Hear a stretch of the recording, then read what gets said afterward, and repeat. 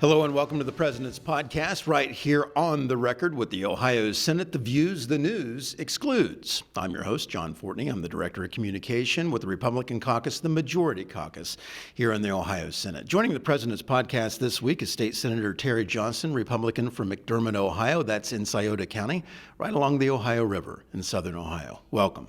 How you doing, John? Doing well. You know, there is probably no bigger defender of the Second Amendment in the Ohio General Assembly than you. And recently, the Senate passed one of your bills that really gets into tracking. And this is more than just the state fighting back on a state issue. This is becoming really a national, if not global, type of agenda that we're seeing trying to sneak into public policy here in the United States. Senate Bill 148 bans financial institutions, prohibits them from assigning firearm codes for retail purchases. So in other words, tracking any type of an ammunition purchase, a firearm purchase. Why was this an important bill for you to sponsor? Well, you know, I saw it as a news article a couple of years ago when this was coming out, and I thought, well, that sounds like a terrible idea, you know, and it amounts to a mechanism to suppress the Second Amendment because they can designate suspicious purchases, and you know, and so I thought, well, what's a suspicious purchase? They would probably think some of my purchases were suspicious. Like one time, I bought 3 rifles, you know, and you know, buying Christmas presents and things like that. Or sometimes I'll buy like 5 or 6 boxes of ammo because I like to buy things before the prices go up. So, you know, I'm a law-abiding citizen exercising my Second Amendment rights. I have never shot anyone in anger. Trained by the military, I actually know how to shoot. And God forbid, I'll never have to shoot someone in self-defense even. I'll probably, you know, never do that. You know, I only shoot occasionally, but I would be a suspicious person by that rubric. And it's also a backdoor way to register who has guns, because you can't do that in America. It's interesting how a lot of these ideas really, when you look at them, if you put them all together, it's an effort to repeal the Founding Fathers' true intention of what the Second Amendment was there for in the very first place. Yeah, the Second Amendment's very straight. The whole United States Constitution is a remarkably simple document to understand. And this is something that a lot of people don't understand. If you're going to write something really complex, and that's a vastly complex document, and you're able to write it in simple terms, that takes genius to do. So it was written so that everybody could understand it. And then the Constitution protects us from the government. Our founding fathers were terrified of kings and queens and all the things that had happened throughout history. And they were well versed in world history, Roman times, Greek times. These people that wrote our Constitution and formed our country understood that power unchecked, no matter how well intentioned, is a terrible thing. So they wrote in these protections to make sure that Americans would be different, that we would actually have freedom and liberty that would persist for hundreds of years. And, you know, I remember when I did the constitutional carry bill, I was working through that, and then also, you know, doing some very important restoration things with the Second Amendment in the previous GA. One day in particular, challenged by a reporter who thought he had me. He said, hey, you know, this preemption thing you're doing that makes it so that local entities, local municipalities can't have their own gun laws. Don't you believe in home rule? I said, well, absolutely I believe in home rule, but home rule is governed by the Constitution. If the Constitution isn't the thing that trumps everything else, we live in China. We live in the Soviet Union, you know, back the Cold War era repressive regime. In America, the Constitution is the supreme document.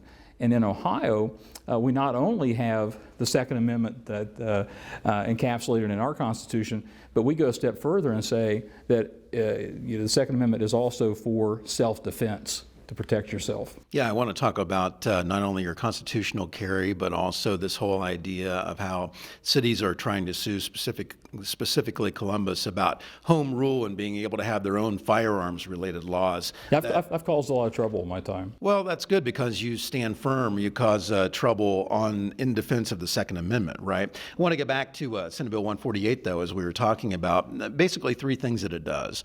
We talked about prohibiting financial institutions from declining a payment card transaction involving a firearms dealer because the transaction is assigned a firearms code. It prohibits any type of governmental entity from keeping a list or registry of firearms or firearms owners. You briefly talked about that. But you also empower the Ohio Attorney General to investigate alleged violations of these prohibitions and to bring civil action against violators. So we're very serious about enforcing your freedom. It's not about just enforcing the authority of the Second Amendment and keeping it whole, but enforcing your right to exercise that amendment. That's correct. So a law-abiding citizen is a partner of law enforcement, a partner of government.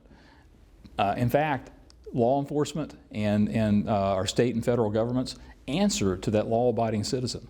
The law-abiding citizen is in charge and has certain rights that should not be infringed. Actually says that in the Second Amendment to the federal Constitution. And that's because these things are what make us different from any other country that's ever been on the face of the earth. Right, and we're a republic as well. A constitutional republic. It's not rule by mom rule. It's not a democracy in the sense that people like to think it is. If it were, we wouldn't be America anymore. Well, then California and New York would run everything, right? So if you have not read Senator Johnson's column about Senate Bill 148 that would ban the tracking of firearms-related purchases, you can do that on the record. All you have to do is go to ohiosenate.gov. It's our online newsroom. You go over to News on the News tab, and it automatically pulls down. The very first thing you see is on the record, and you can read his column. It's excellent, and I want to read a quick excerpt from it. It starts off by saying, "What would you think if the government began keeping track of every Big Mac you buy, or every Big Gulp, or bottled water, red meat, gasoline, or anything else the busybody woke left does not like?" It goes on to say, "Retail merchants use a code to identify products purchased with credit cards, and the Swiss-based foreign organization, the International Organization for Standardization, that designates these codes, has now introduced one for identifying purchases made at firearms retailers."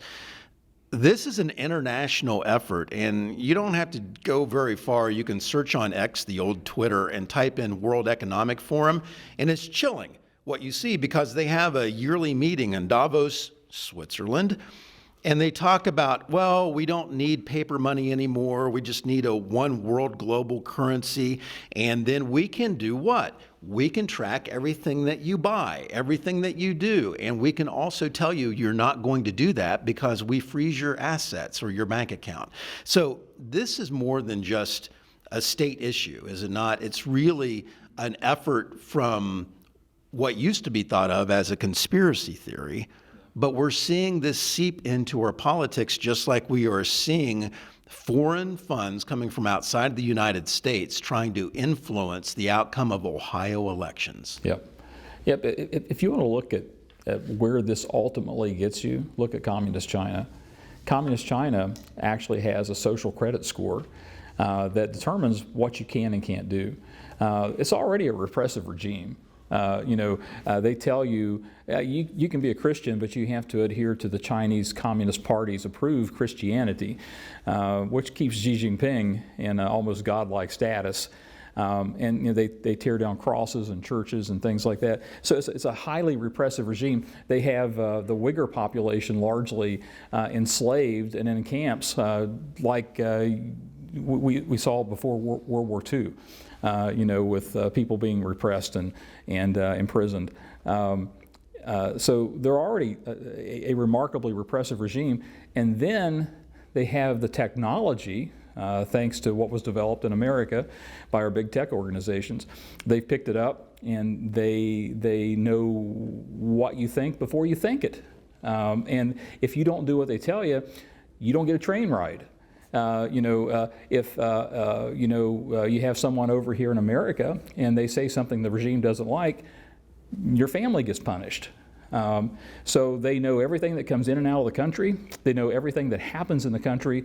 It's like the tech that we have. When I'll say something like, in my house with my phone, I'll say something like, wow, I'm really interested in cartography.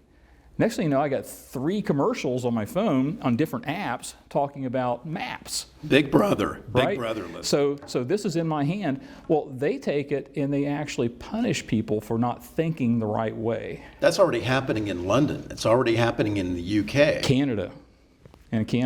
So in Canada, they're doing all this stuff also. It's just an absolutely horrible wave that's sweeping around the world.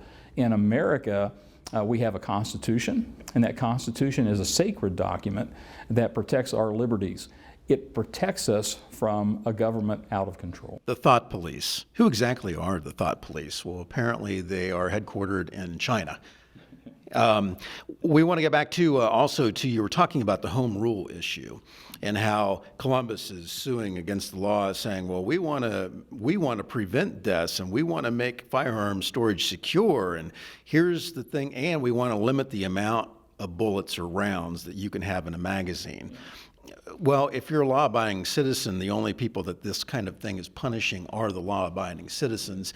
And if you have a patchwork of different local Second Amendment-related laws trying to repeal or limit your rights, then you're going to break the law if you just drive 20 minutes in one direction or the other. That's why I did the preemption portion of this in the last GA, so that we, as Ohioans, could travel with our concealed carry license and go to a park in a city near Toledo, or go to a state park in southeastern Ohio, or drive through Columbus and know that I'm obeying the law. Otherwise, you would, a law-abiding citizen, unable to keep track of all this stuff, you'd leave your gun at home, which means that you have no protection as you travel. So by these well-intentioned, I guess they're well-intentioned, efforts to get rid of guns, they disarm. Now, if I were to encounter someone that wanted to hijack my car, carjack me, or drag my wife, my kids out of the car in the back seat, and I've got no way to protect myself, and someone gets killed, were harmed in some way, these people that want me not to have a gun don't care about that. It is no concern to them, and there's no redress for me when they disarm me for traveling. So we did preemption. And again, home rule's great, but home rule does not trump the Constitution. Well, criminals and felons don't check the revised code before they commit a crime. Whether they're shoplifting, whether they're carjacking, whatever it is, they're not checking the Ohio revised code. One of the other things, too, that you briefly mentioned, but there was a palpable meltdown by not only the media, but by your colleagues on the left when constitutional carry was passed about it's going to be the Wild West and all the rhetoric. And gee golly, when some of the studies came out, it actually showed crime rates dropped. Absolutely.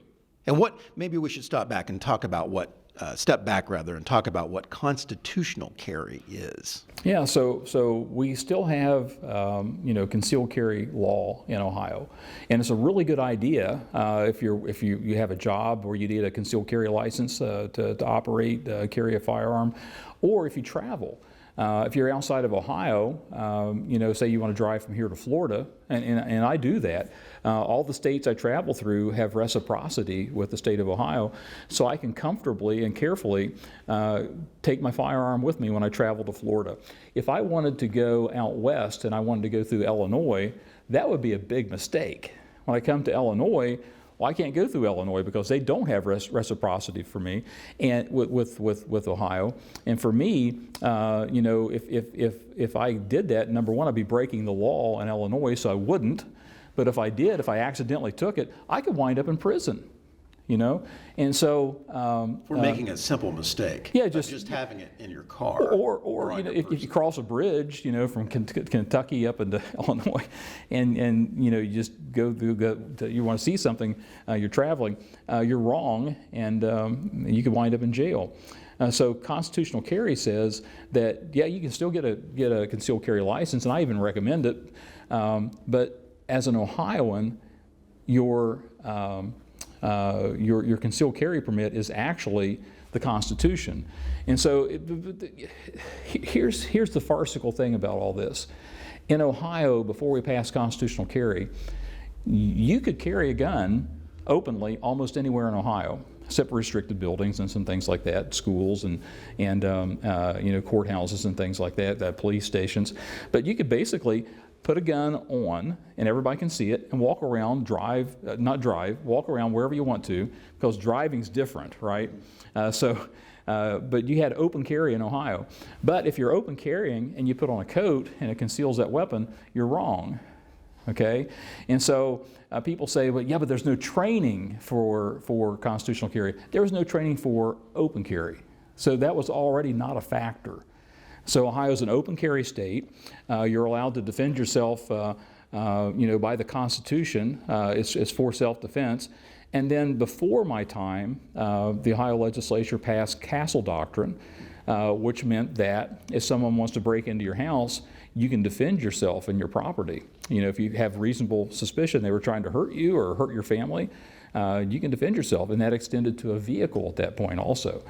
And so then all of a sudden, Ohio was moving in the right direction. Yes, and you know, there's kind of a foundational question too that you hear from people that don't think that you should have the ability to defend yourself, or all firearms are bad. There's truly a group out there, and most of them that I've talked to have never even held a firearm and don't even know what they're talking about. But their big statement that they like to make, the argument is, you know, Senator Johnson, the founding fathers had muskets and cannons, and they never intended for you to have a semi-automatic weapon or access to a fully automatic weapon. Well, I would submit that if today's Constitution was written today, the language would be the same, and it will say, shall not be infringed. I agree. And if you look at the technical abilities of a frontiersman back in the 1700s going into the Revolutionary War, the British had muskets, and some of the American militia had muskets. Mostly we had the Kentucky long rifle, things that could reach out and shoot a squirrel from 100 yards. We were technologically advanced. And, you know, consequently on that march to Lexington and Concord, back from Lexington and Concord, those patriots were picking off those redcoats willy-nilly with those long rifles. And believe me, we had the technological advantage on those troops that were marching along. And one of the other things, too, when you talk about restricting Second Amendment rights, if the effort truly is to repeal, I believe, when you listen to today's far left public policy people, if the effort is to ban firearms, then only two groups are going to have firearms. That's the government and criminals, the two of which are not mutually exclusive, of course.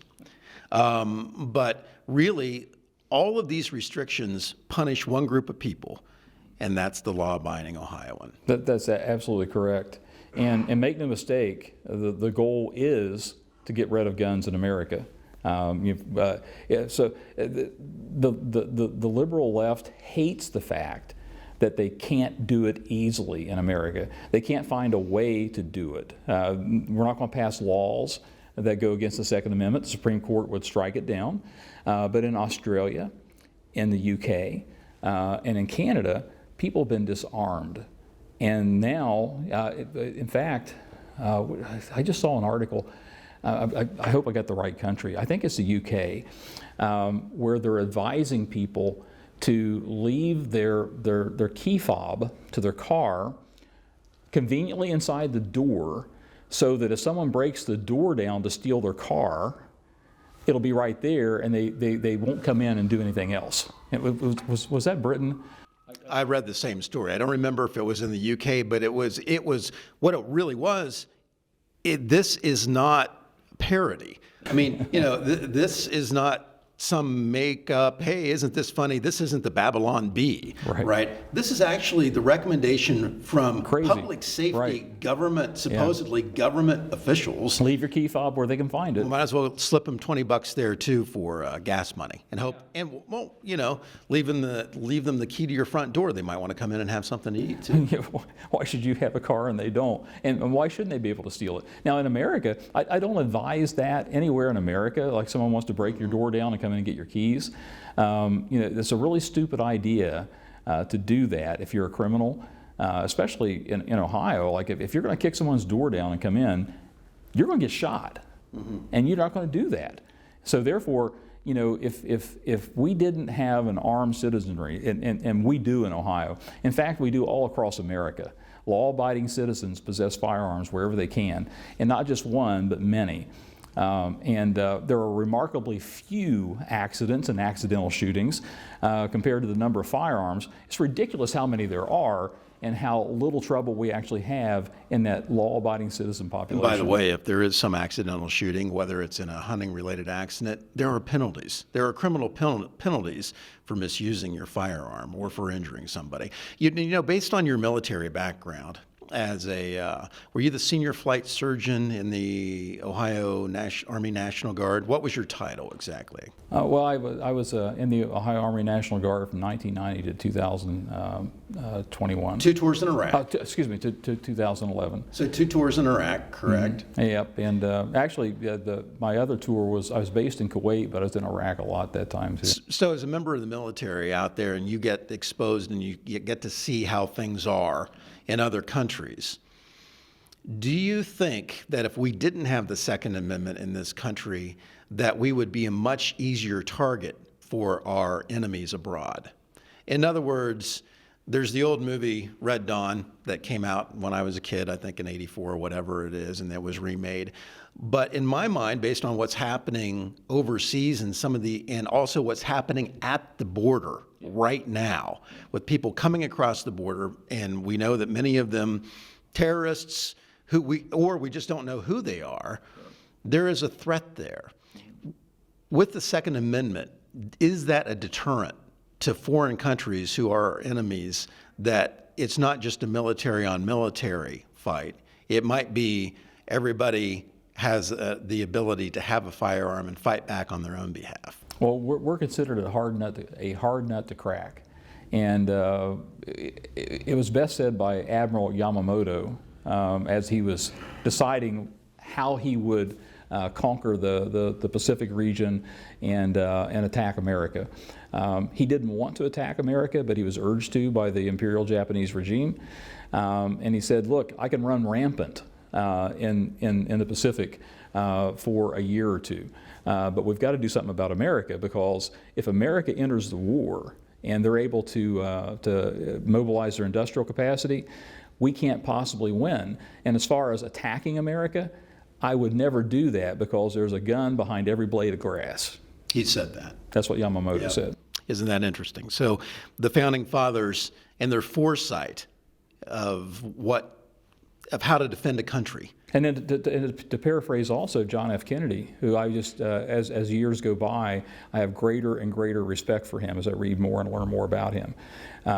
He said every American is part of the militia. Every able-bodied American is part of the American militia. Yeah, and that's if we're ever attacked, that's your duty. And he said things like, do what's right for your country, not what's right for yourself. And so he was a great president, a great visionary, and he had great respect for the Second Amendment. Well, we talk about our enemies abroad, and we have been talking about communist China. You also have a bill, and part of it was passed as part of the budget in the current General Assembly, but you have another bill that would protect not only Ohio farmland, but also military installations from being purchased by foreign organizations.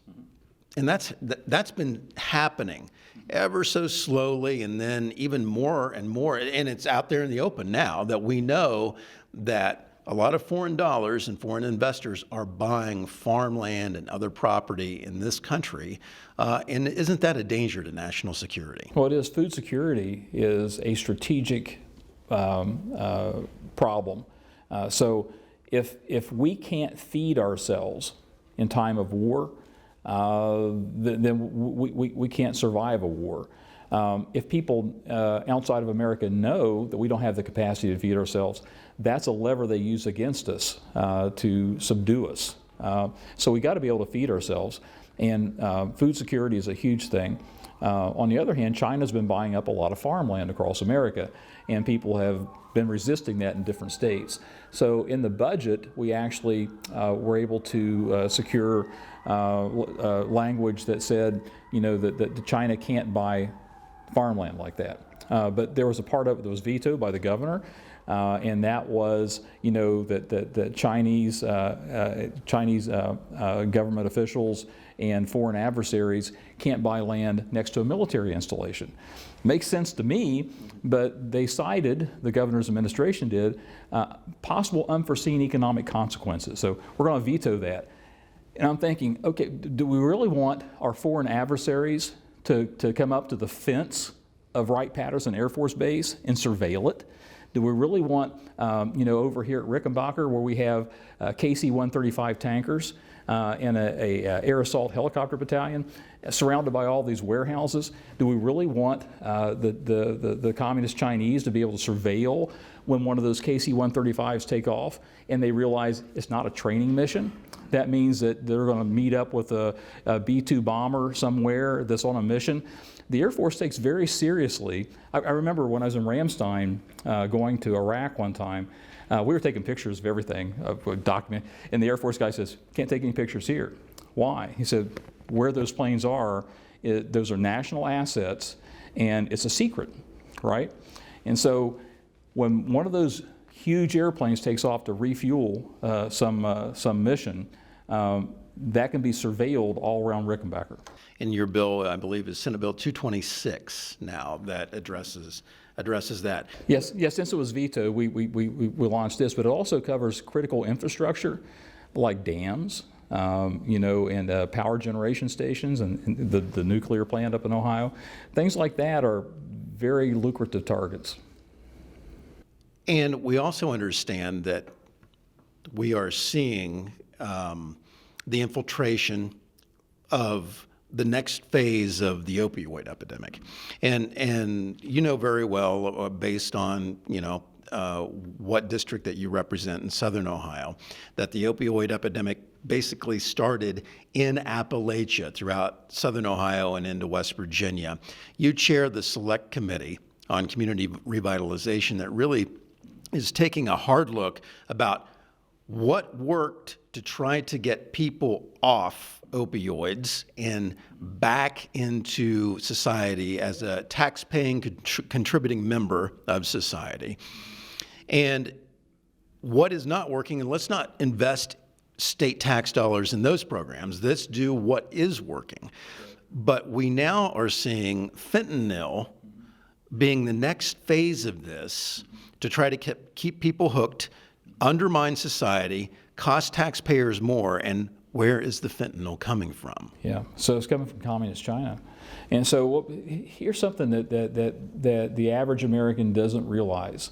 For some reason, when you see a foreign adversary mentioned in the national media, 9 times out of 10 it's Russia. Well, Russia's a bad deal. It's a bad player. Putin's a horrible person. He's a dictator. He's trying to revive the Soviet Union. Fine. Okay, I agree. He's horrible. No one ever mentions China. Why is that? But China, well, I tell you what, every group of people, every government agency, every entity in America that's supposed to protect the average citizen has betrayed the average citizen. If you look at the entertainment industry, right? Adam Schiff is one of the prominent Democrats running for Senate now. Yeah. So this guy in California. This guy, his district, his House district, is Burbank, is Hollywood, a couple of places like that. And he never mentions fentanyl. He's like 2 hours away from the border. He knows that fentanyl is flooding across the Mexican border, killing people. Have you seen the homeless population It's horrible. in parts of California? That's the ultimate result, the undermining of America. But he knows that fentanyl is a lethal weapon that's being used against America. He hardly says anything about it. I think he had a lot to say about monkeypox, but virtually nothing to say about fentanyl. The entertainment industry makes a huge amount of money from China. Politicians that should be saying something. John Kerry thought China was a huge problem in the transnational criminal organizations that operate out of them back around, I think, 2000. And then he became the guy that was taking people to China to invest over there, and he got quiet about it. Politician after politician after politician have been paid off or have financial investments that preclude calling China out. Our universities have the elite universities love China. All the professors want to take trips to China, right? And they love having the Chinese students come over. Well, China was using Chinese students to launder money. So if they're over here studying, they might be told to pick up a suitcase full of money, which probably had like $300,000 in it, because that's what fits in a suitcase really well. And then they move it and launder it.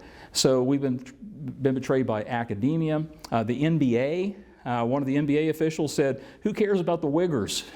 Well, who even knows what the Uyghurs are? It's a Muslim population that's been enslaved by communist China. And some of the cheap things we buy from Walmart or Amazon, great price, made by slave labor.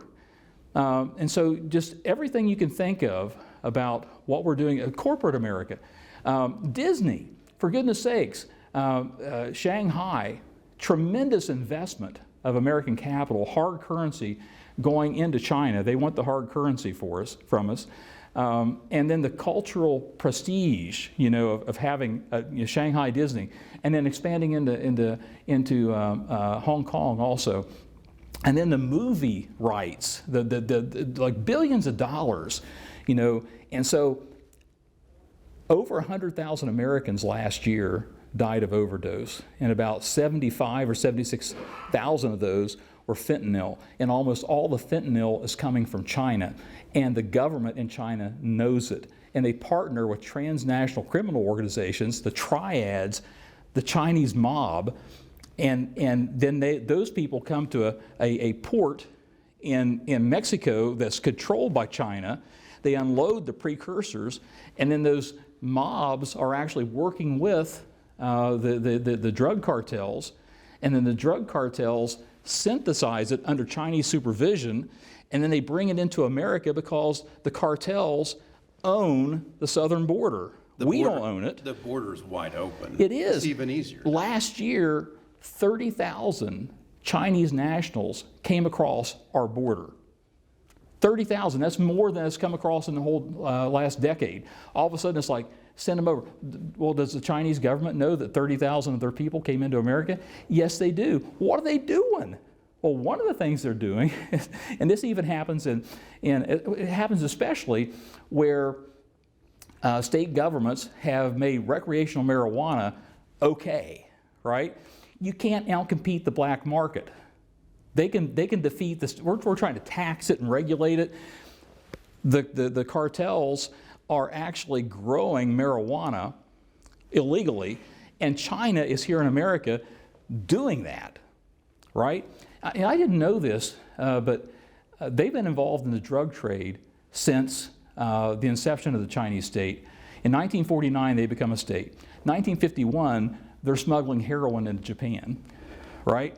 And so they also were trying to, like 1953, trying to bring heroin into America through New York and San Francisco. It was intercepted. They destroyed it, right? But they were already pushing us then. During the Vietnam War, Zhou Enlai, the premier at the time, bragged that he had poppy fields exclusively for the soldiers in Vietnam, trying to get us addicted and undermine morale, and he was successful with that. The Chinese, the Communist Chinese Party, is the enemy of its own people. It's the enemy of the world. They want to dominate the world. They mean to do it. And one of the primary things they're doing is something called unrestricted warfare. They knew back in 2000 they couldn't defeat us on the military battlefield. They just didn't stand a chance. So they went to work undermining American society. They are practicing unrestricted warfare. And so when we support China by buying their crap at Walmart, when we support China by allowing people like Steven Spielberg to keep a guy like Adam Schiff in his congressional seat and even promote him to the Senate, when we do these things, we enable the Chinese to kill Americans. They know that their fentanyl is killing Americans. It's a reverse opium war.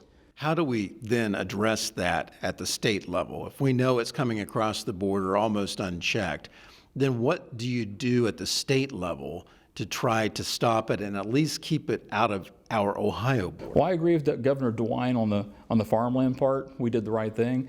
I completely disagree with him and the unforeseen economic consequences. They're killing Americans. We know they're killing Americans. It's a state-sponsored, effort. If they're killing Americans, they're at war with us. Why aren't we resisting that? Why do we really want their factories? Do we really want to invest in their country? If they're killing, who's speaking for the Americans that got killed? Well, right. And the way that you hurt China is you shut off the flow of American dollars. Absolutely. But we haven't shut off, well, at least somebody in Congress. I think it was Ohio Congressman Bob Latta, maybe. I think I have the right Ohio Congressman, that introduced a bill that would ban TikTok, which is a Chinese government data gathering operation that basically gathers all of our children's data. And what we see on TikTok in America is not what we see on TikTok in China. Right. What's your thoughts about whether this is a shot across the bow? This is like, okay, we know what you're doing. Is this something, and even at the state level, we have seen Lieutenant Governor come out and be supportive of, listen, we need to be sending a message to parents that know what your kids are looking at on social media, and also you have to get parental permission if you're a minor to be on some of these apps. What do you think about this influence that seems to be gathering data on Americans, Ohio citizens, and our children, and it's going right back to China? Yeah, TikTok's a vacuum cleaner, and it's going right into their artificial intelligence programs. And you say, well, what does that mean? Why would China care if some young girl, 17 years old, is making duck lips and taking pictures of herself in the bathroom? That's just the stupidest thing in the world. Who would look at that? They want everything like that. They want to know how old she is. They want to know what she goes on Amazon and looks at. They want to know her email address. They want to know what kids are looking at, what games they're playing. And in fact, they're behind a lot of the video games our kids are playing. The apps that you have on your phone, a lot of them are just, filtering information about you, and you give permission for your camera on that. Well, they've got They know who your camera. family is. And so why do they want to know all this information? It tells them how to influence America in a propaganda war. So what do you do to make America, think a certain way? Well, then all of a sudden, all little things pop up on your phone, and what do they call those? Pop-up ads. Yeah. There's actually a term for this, and it eludes me right now. But it steers and influences you based on what pops up on your phone. So anyway, they do all these things, and their artificial intelligence is getting huge, and it's all to undermine the culture of America. And so, like with the fentanyl, the precursors, they use their mobs, the triads, to do this stuff, so they can say, we don't do it. But it turns out that Xi Jinping was actually the acting governor of a province that is the center for Chinese organized crime in China. And yet we want them to be the model Hand for in the glove. World Economic Forum. So the CCP, the Chinese Communist Party, works hand in glove with their mobs. And so now that people are onto the fact, these precursors are coming from China to Mexico across the border, now they're moving the precursor manufacturing to India. So it looks like, hey, we're not doing it. Well, they are doing it. They will not stop until someone stops them. If we let them undermine us, they will. So who's supposed to be doing that? Our government leaders, right? So our federal government should be shutting this down. If they're not shutting it down, we the people need to take them out of office. And at the state level, unforeseen economic consequences, give me a break. China is killing Americans. We don't need them butting up to Rickenbacker, Wright-Patterson, or the dams along the Ohio River. It used to be called conspiracy theory, but now it truly is a 21st century Cold War. The Cold War, when the Soviet Union fell, China rose to preeminence. They were the little brother of the Cold War, and they just didn't have the technical or military capacity to compete. We capitalized that. When we opened up to China, we sent our businesses in there. Hard American cash goes to hard Chinese military vehicles and apparatuses that put them in space. State Senator Terry Johnson, Republican from McDermott, Ohio, Scioto County. Thanks for your time. Keep up the good fight, sir. Thank you. Thank you for tuning in, and we'll see you soon.